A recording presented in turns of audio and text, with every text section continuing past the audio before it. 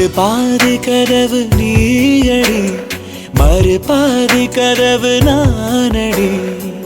பார்த்து கொண்டே பிரிந்திருந்தோம், சேர்த்து வைக்க காத்திருந்தோம்.